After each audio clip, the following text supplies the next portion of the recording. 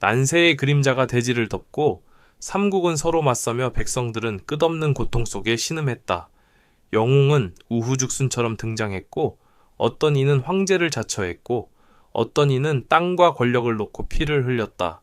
그러나 기묘하게도 이 혼란한 시대의 최종 승자는 칼을 휘두르는 패왕도 천하를 호령하던 군주도 아니었다.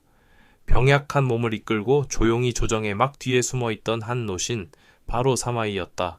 싸우지 않고 이기고 죽이지 않고 무너뜨리며 서두르지 않고 모든 것을 손에 넣은 남자. 그의 일생은 오직 지략으로 걸었고 심리로 승부했다. 그가 펼친 10가지 책략은 바다처럼 깊고 소매 속에 숨긴 칼날처럼 치명적이었다. 수많은 적들은 스스로 무너졌고 강대한 세력들조차 이유도 모른 채 역사의 뒤양일로 사라졌다. 그렇다면 과연 사마이가 사용한 그 10가지 최강의 책략은 무엇이었을까? 그리고 왜 그는 단 한 번도 칼을 들지 않고 천하의 흐름을 자신의 손안에 넣을 수 있었던 것일까? 지금부터 그 비밀을 함께 파헤쳐본다. 역사의 깊은 이면과 고대 책략의 정수를 계속 만나고 싶다면 구독 버튼도 잊지 말고 눌러주시길 바란다. 1. 이 일대로 이차이 다이로 인내로 판세를 뒤집다 피와 계략이 늘 함께하던 삼국의 혼란한 시대, 사마이는 정면 충돌을 택하지 않았다. 그는 권력을 서두르지 않았고 전면전에도 나서지 않았다. 대신 조용히 몸을 낮추고 때를 기다렸다. 이것이 바로 이 일대로, 즉 여유로운 쪽이 지친 적을 상대한다는 전략을 끝까지 밀어붙인 선택이었다. 단단한 수비로 시간을 벌고 결정적인 순간에 방역하는 방식이었다. 조조가 세상을 떠난 뒤 위나라 조정은 혼란에 빠졌고 황실 내부에는 의심과 경계가 가득했다. 사마이는 잘 알고 있었다. 재능이 드러나면서 야심까지 보이는 인물은 오래 살아남지 못한다는 사실을. 그래서 그는 병든 노신을 연기했다. 권세에는 관심 없는 듯 행동했고 맡은 일은 성실히 해내되 결코 눈에 띄지 않았다. 그의 모든 행보는 치밀하게 계산돼 있었다. 배제되지는 않되 위협으로 보이지 않는 절묘한 균형이었다. 촉한의 제갈량과 맞서 궁원을 맡았을 때도 사마이의 태도는 변하지 않았다. 그는 성급하게 방역하지 않았고 묵묵히 진영을 정비하며 식량을 비축하고 방어선을 다졌다. 촉군이 끊임없이 이동하며 병력과 사기를 소모하는 동안 사마이는 움직이지 않았다. 이 흔들림 없는 수비 앞에서 제갈량의 어떤 계책도 사마이를 끌어낼 수 없었고 결국 장기전 속에 촉군의 군량과 기세가 먼저 바닥나고 말았다. 그러나 사마이의 진정한 승부처는 전장이 아니라 조정이었다. 조예가 죽은 뒤 권력을 쥔 조상은 오만했고 전국을 꿰뚫어보는 안목이 부족했다. 사마이는 여전히 무력하고 무해한 노신처럼 행동하며 경계를 풀게 만들었다. 그리고 모두가 방심한 바로 그 순간 그는 단호한 결단을 내렸다. 정변을 일으켜 낙양을 장악하고 단 하룻밤 만에 조씨 일파를 완전히 제압한 것이다. 이 승리는 피로 얼룩진 전투가 아니라 권력의 심장부를 정확히 찌른 일격이었다. 수십 년에 걸친 인내와 완벽한 은신, 그리고 타이밍을 읽는 냉정한 판단이 만들어낸 결과였다. 이는 군사적 승리를 넘어 정치적 지략의 정점이라 할 만했다. 여기서 이 일대로는 단순히 시간을 끄는 전략이 아니다. 상대의 심리를 지치게 만들고 보이지 않는 곳에서 힘을 축적하며 스스로 무너질 때까지 기다리는 종합적인 통치술이다. 사마이는 칼로 승부하지 않았다. 그는 기다림을 무기로 삼았고 오만을 함정으로 바꾸었다. 그렇게 그는 싸우지 않고도 끝내 모든 판을 자신의 손안에 넣었다. 또 격장지장, 몰아붙이지 않고 움직이게 하다 군사 전략에서 격장은 흔히 상대를 자극해 무모한 행동을 유도하는 심리전으로 오해되곤 한다. 그러나 싸우지 않고도 상대를 스스로 흔들게 만든 사마이에게 격장이란 명령 없이 행동을 이끌어내는 고도의 통제술이었다. 그 대표적인 사례가 바로 촉한의 제갈량과 직접 맞서지 않으면서 위나라의 명장 조진을 통해 판을 조율했던 장면이다. 당시 정세는 극도로 팽팽했다. 제갈량이 촉한의 대군을 이끌고 중원으로 북벌에 나서자 위 조정은 수많은 전공을 세운 용장 조진을 총사령관으로 임명했다. 하지만 사마이는 알고 있었다. 제갈량은 성급하게 맞설 상대가 아니며 무리한 방역은 오히려 덫이 될 수 있다는 사실을 말이다. 사마이는 정면으로 만류하지도 명령을 거스르지도 않았다. 대신 단 한 수를 썼다. 바로 칭찬은 충분히, 경고는 절제해서 전하는 것이었다. 그는 조진의 충성과 용맹을 높이 평가하며 국경을 맡길 만한 인물이라고 치켜세웠다. 그러면서도 말미에는 담담하게 덧붙였다. 제갈량은 속을 헤아리기 어려운 인물이니 성급함은 명성을 해칠 수 있다는 한마디였다. 이 미묘한 균형의 말은 조진의 마음을 흔들었다. 혈기가 왕성한 장수였지만 사마이의 평가를 가볍게 넘길 수는 없었다. 그는 전투 의지는 유지하되 무리한 공세를 자제했다. 그 결과 위군은 안정적인 수세를 유지하며 제갈량이 공들여 짜놓은 전장 함정에 빠지지 않을 수 있었다. 이 장면에서 사마이의 격장은 상대를 흥분시키기 위한 자극이 아니었다. 그것은 방향을 제시하는 심리적 조율이었다. 장수의 역량은 최대한 끌어내되 스스로 위험 속으로 뛰어들지 않게 만드는 절묘한 유도였다. 직접 전장에 나서지 않고도 국면을 바꿀 수 있었던 이유가 바로 여기에 있다. 이 일화가 남기는 교훈은 분명하다. 능력 있는 사람을 움직이려면 억누르지 말고 존중으로 이끌어야 한다는 것. 사마이는 알고 있었다.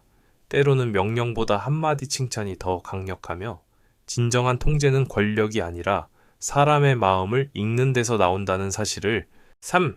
원교근공 장 왼자진공 먼 곳과 손잡고 가까운 적을 제압하다.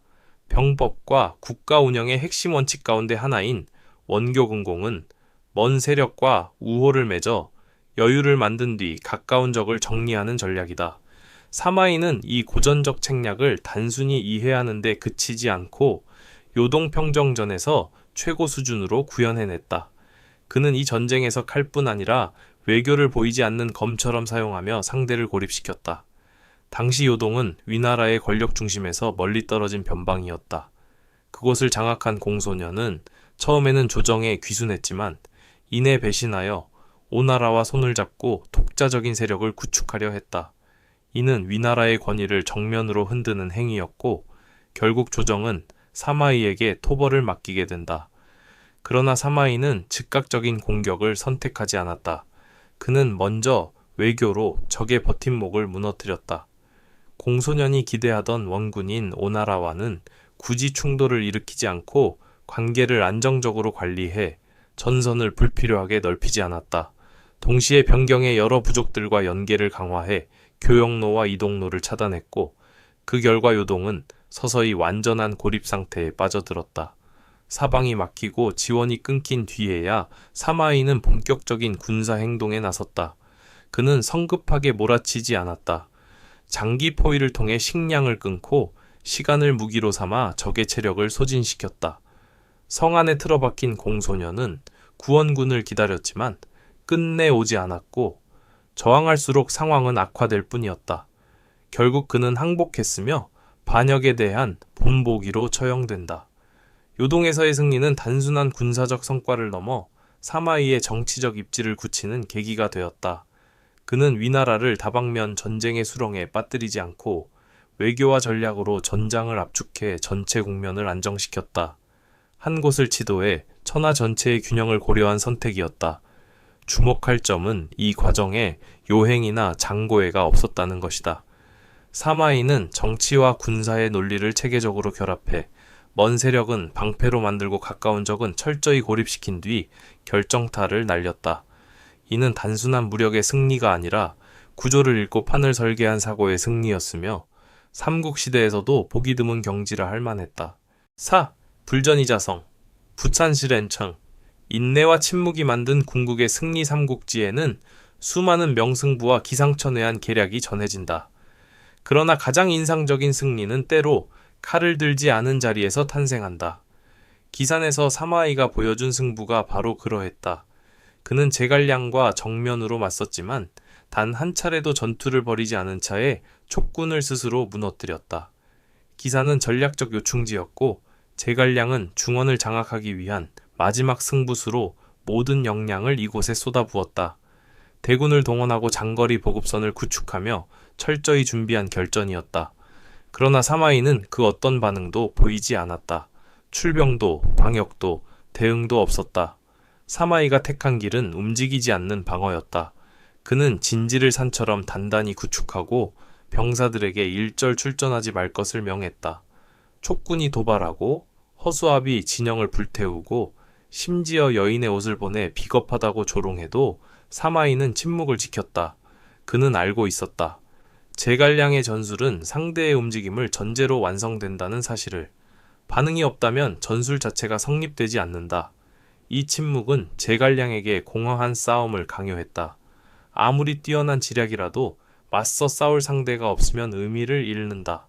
촉군은 장기 주둔에 들어갔고 군량은 줄어들며 병사들의 사기는 점점 떨어졌다. 후방 보급은 흔들렸고 하루하루가 촉군에게 불리하게 흘러갔다. 그 사이 위군은 거의 아무런 손실도 입지 않았다. 결국 제갈량은 원정도중 병을 얻었고 그의 죽음과 함께 촉군은 조용히 퇴각할 수밖에 없었다. 사마이는 병사 하나 잃지 않고 완벽한 승리를 거두었다. 이는 무력의 승리가 아니라 철저한 자기 통제와 압도적인 인내, 그리고 시대를 앞선 전략적 사고가 만들어낸 결과였다.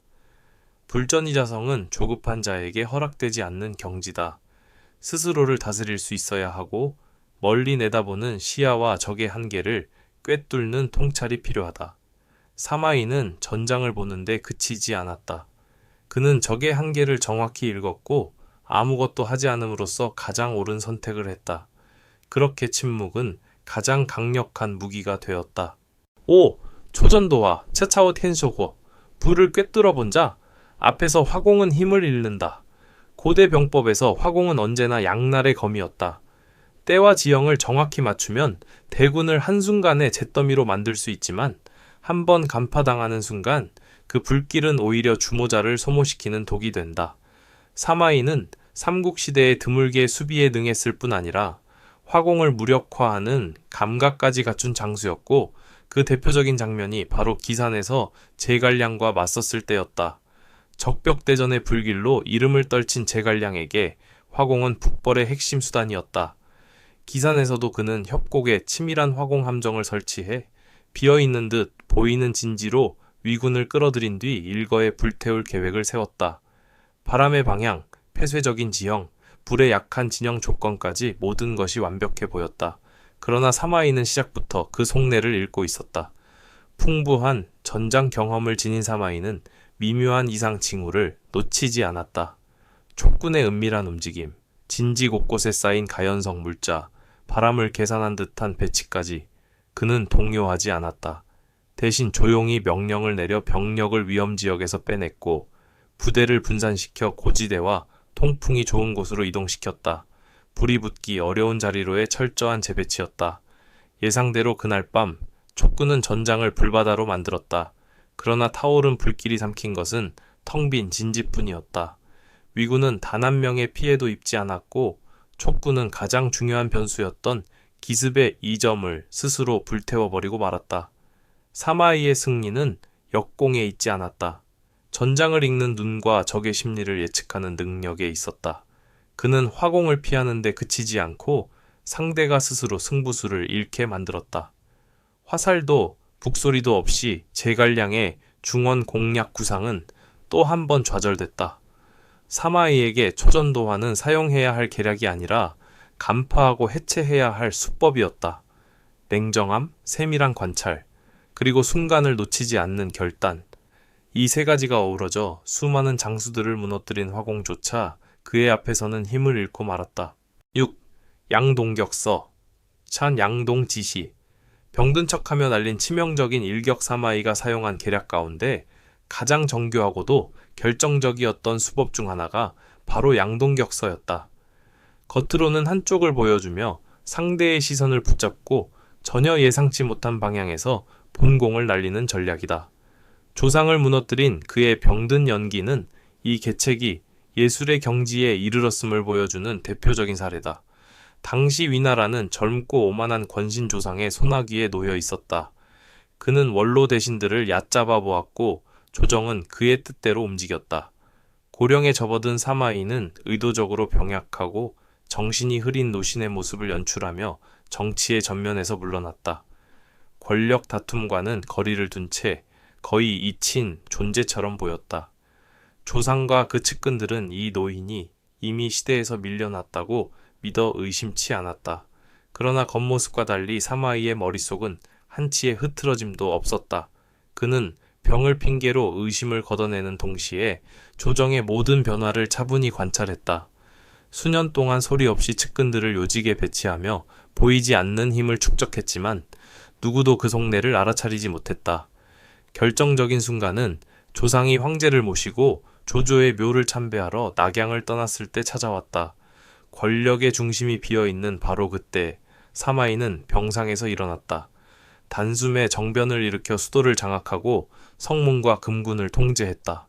조상이 돌아왔을 때는 이미 모든 것이 끝난 뒤였다.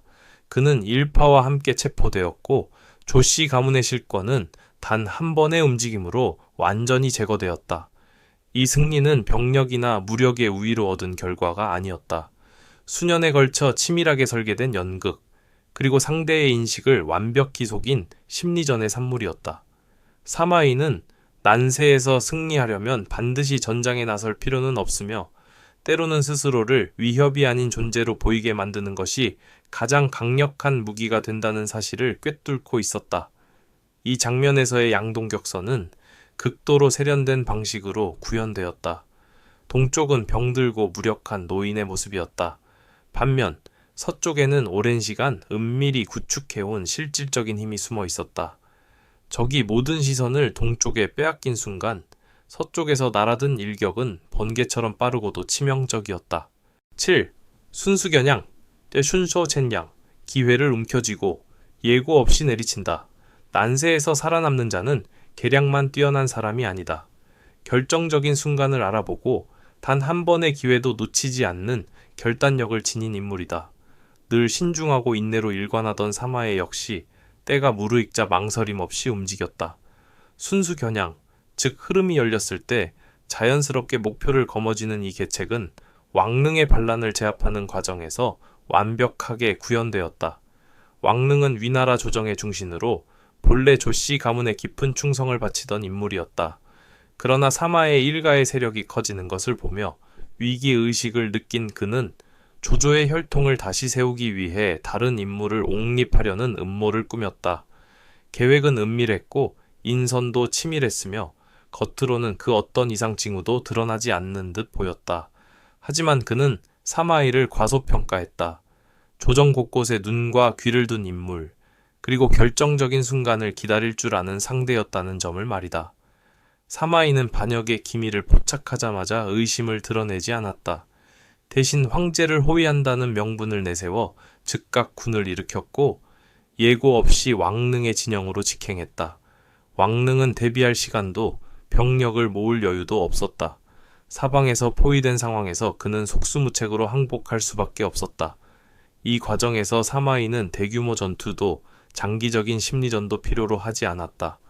빠르고 정확한 한 번의 움직임으로 조정 내부를 뒤흔들 수 있는 중대한 정치적 위협을 단숨에 제거한 것이다. 동시에 그는 조정에 분명한 신호를 보냈다. 아무리 은밀한 음모라 해도 사마의 가문을 겨냥한 순간 이미 끝이라는 메시지였다. 순수 겨냥은 상황을 읽는 감각과 즉각적인 실행력이 결합된 계책이다. 길고 복잡한 두뇌 싸움이 아니라 빈틈이 드러난 순간 날아드는 냉혹한 선제타다. 이 일격은 사마의 일가가 조정 내에서 절대적인 위치에 오르는 결정적 발판이 되었고 더 이상 내부에서 맞설 상대가 남지 않았음을 보여주었다. 8.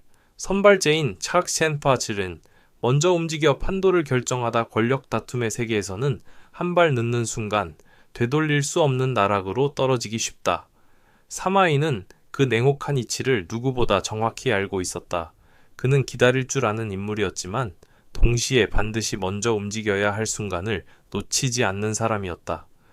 선발제인, 즉 상대보다 앞서 행동해 주도권을 완전히 장악하는 계책은 조상을 제거하고 위나라의 실권을 손에 넣는 과정에서 가장 날카롭게 발휘되었다. 당시 조상은 젊은 권신으로서 병권과 조정을 장악하고 있었고 사마이를 이미 힘을 잃은 과거의 인물로 여겼다. 그러나 사마이는 조급해하지 않았다.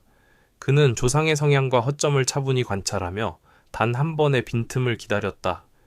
그 기회는 조상이 황제를 모시고 조조의 묘를 참배하러 낙양을 떠났을 때 찾아왔다. 겉보기엔 평범한 행차였지만 수도의 권력 공백을 스스로 만들어낸 치명적인 선택이었다. 사마이는 망설이지 않았다. 즉시 정변을 일으켜 낙양성을 장악하고 요충지를 선점하며 조상의 군대와의 연락을 완전히 차단했다. 조상이 아직 귀환 길에 있을 때 조정의 권력은 이미 사마이의 손으로 넘어가 있었다. 조상과 그 일파는 저항 한번 제대로 해보지 못한 채 체포되었고 조씨 가문의 정치적 영향력은 일거에 제거되었다.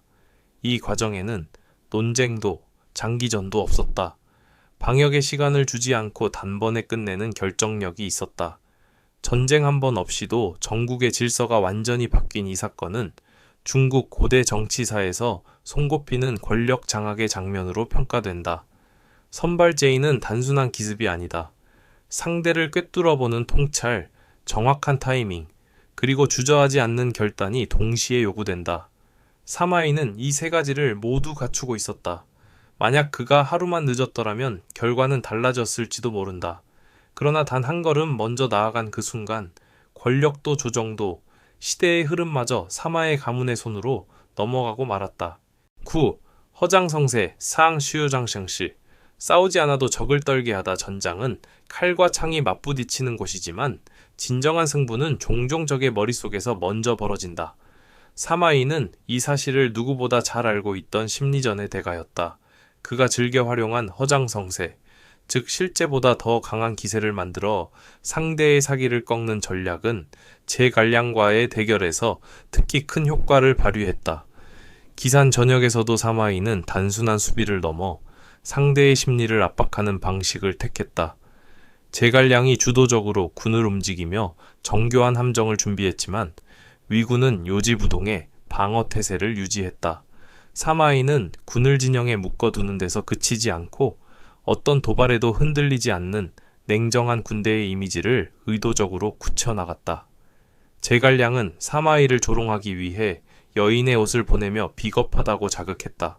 그러나 사마이는 응답하지 않았다. 분노도 출전도 전략 변화도 없었다. 오히려 이 무반응은 소문이 되어 퍼졌고 위군이 전혀 흔들리지 않는다는 인상을 더욱 강하게 만들었다. 이 알 수 없는 침묵이야말로 촉군에게 가장 큰 압박이었다. 적이 무엇을 생각하는지, 언제 움직일지 전혀 가늠할 수 없었기 때문이다. 시간이 흐를수록 불안은 촉군 진영에 쌓여갔다. 전선은 길어졌고 군량은 줄어들었으며 병사들의 사기는 눈에 띄게 떨어졌다. 사마이는 화살 하나 쏘지 않았지만 제갈량은 점차 주도권을 잃고 수세에 몰렸다. 결국 촉군은 전선을 유지할 힘을 잃고 퇴각할 수밖에 없었다. 허장성세의 핵심은 실제 힘을 과시하는 데 있지 않다. 상대가 넘을 수 없는 벽이라고 믿게 만드는 데 있다. 사마이는 불필요한 전투로 힘을 소모하지 않았다. 그는 침묵과 태도로 적을 흔들었고 스스로 지치고 무너지게 만들었다. 이것이야말로 칼을 휘두르지 않고도 이기는 심리전의 극치였다. 10. 이 일대로 이이타이로 인내로 틈을 만들고 지친 적을 유인하다 사마에이가 가장 자주 사용했고 또한 가장 큰 성과를 거둔 계책을 하나만 꼽는다면 단연 이 일대로일 것이다. 여유로 지친 적을 맞서고 정적으로 동을 제압하는 이 전략은 단순한 수비술이 아니다. 기산에서의 방어가 버티기였다면 이번에는 한 단계 더 나아가 적을 스스로 움직이게 만들고 그 틈을 정확히 찌르는 적극적인 설계였다. 요동 평정전에서 사마이가 상대해야 했던 인물은 반란 세력의 수장 공소년이었다. 그는 처음에는 위나라에 복속하는 듯 보였지만 곧 오나라와 손을 잡고 독자적인 세력을 구축했다. 험준한 지형과 만만치 않은 병력을 갖춘 요동은 정면 돌파로 공략하기 어려운 곳이었다. 사마이는 정면 충돌 대신 반란군이 가장 취약한 지속력을 겨냥했다. 그는 일부러 군을 물리는 듯한 태세를 보였다. 마치 원정이 실패로 끝난 것처럼 연출해 위나라가 요동을 포기했다는 착각을 심어주었다. 공소년은 이를 믿고 경계를 풀었고 병력을 성 밖으로 분산시켜 주변 지역까지 통제하려 했다. 바로 그 순간 사마이는 전력을 다해 방역에 나섰다. 흩어진 주력 부대를 차례로 격파하며 반란군의 중심을 단숨에 무너뜨렸다. 여기서 끝이 아니었다. 사마이는 포위를 더욱 조여 식량과 보급로를 완전히 차단했다. 적은 성 안으로 몰려들었고 군량은 바닥났으며 사기는 급속히 붕괴됐다. 이 지경에 이르자 더 이상의 격전은 필요 없었다. 성문은 스스로 열렸고 전투는 깔끔하게 마무리되었다. 이 승리는 병력의 우위에서 나온 것이 아니었다. 전장의 속도와 흐름을 장악한 결과였다. 사마이의 이 일대로는 시간을 끌기 위한 방어가 아니라 적을 소모시킨 뒤 정확한 순간에 날리는 일격이었다. 낡은 도포 뒤에 숨겨진 날 성검과도 같은 방역이었다. 이 장면이 주는 교훈은 분명하다. 전쟁이든 삶이든 끝까지 버틸 줄 알고 기회를 기다릴 줄 알며 상대가 가장 약해진 순간을 놓치지 않는 자가 최후의 승자가 된다. 사마이는 많이 싸우지 않았다. 대신 언제 싸워야 하는지를 정확히 알고 있었다. 사마이는 단순한 장수가 아니었다. 그는 전략과 심리를 동시에 꿰뚫은 설계자였다. 그가 남긴 10가지 계책은 삼국의 판도를 바꿨을 뿐 아니라 오늘날에도 통하는 인내와 타이밍, 그리고 지혜의 본질을 우리에게 전한다. 여러분은 사마이의 계책 가운데 어떤 장면이 가장 인상 깊었는가? 댓글로 의견을 남겨 함께 이야기해보자. 그리고 앞으로도 깊이 있는 역사 분석을 놓치고 쉽지 않다면 구독 버튼도 잊지 말길 바란다.